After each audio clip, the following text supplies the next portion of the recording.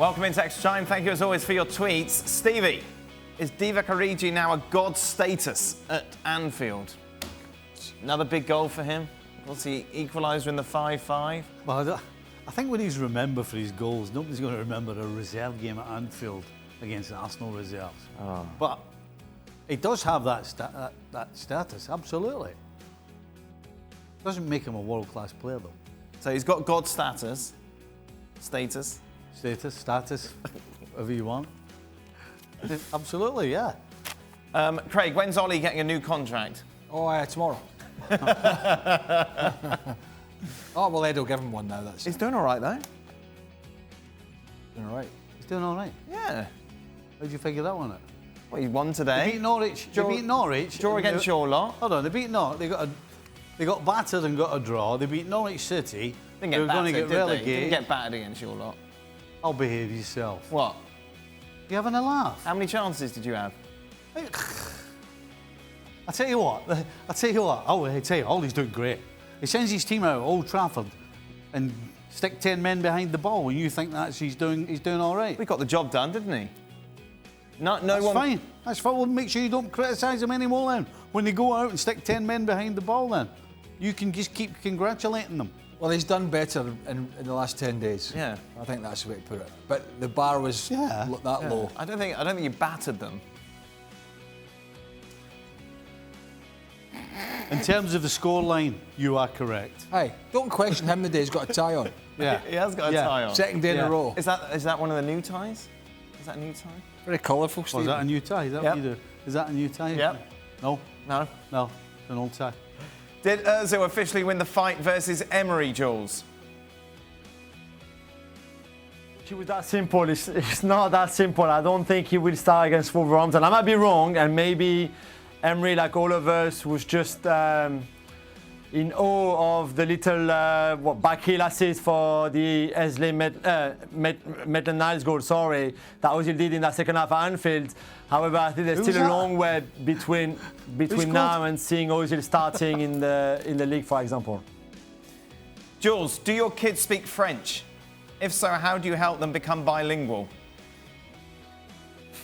Good question. Yes, they do speak French. The three of them, although the little one is still obviously quite little. But I'm quite ruthless with them. So I've only ever spoken to them in French, always, and I've always expected them to reply in French to me. Sorry. So if sometimes they speak in English to me by mistake or whatever, I said I don't understand what you're saying. Although they know I understand, but I just go I don't understand what you've been saying to me. So you have to force them sometimes. Otherwise you do it once and then twice, and then in the end they only speak to you in English kind of thing. So that's not what I wanted. So yeah, you have to be quite strict with it. Who would have thought, eh? That old suave Frenchy, good looking old suaverino. He's a right he's a right ogre. Eh? You teach your only for the language, Steve. Yeah, only for the language. when my kids were young, if they didn't speak Scottish, they got a slap. I would like to distance myself. I'm distancing myself from But this. your grandkids, you teach Scottish as well, don't you? Yeah, for a laugh. He's dead serious though. We do it for a laugh. Teach them daft Scottish words. Frank, how did you treat your kids in language? Well, they were treating me every time I was trying to speak English, because they're very bilingual. They studied at the Montessori school, so they speak perfectly English as they do in French. So they were pushing me to speak English at first and laughing at me because of my accent. So then they keep on doing that. Don't worry, they still speak very well English, even if they live in France now. But I think it was a big chance for them. But I was pretty cool with them. It's a pity that my ex-wife didn't speak to them in Spanish, because she was not born in Spain, but her family was from Spain, so they could have speak 3 languages. Moving on from the ex-wife quickly. Frank, Blame the ex-wife. Blame the ex-wife. Frank, blame the ex. Don't. Can his kids cook chicken? Oh, he must be able to cook a good chicken, his kids. Why? Well, they went to a rotisserie school, didn't they? Oh my goodness, Stevie. Hey? Did someone from your family or yourself keep a watch on newspaper or magazine articles about you, Frank, and maintain a sort of scrapbook?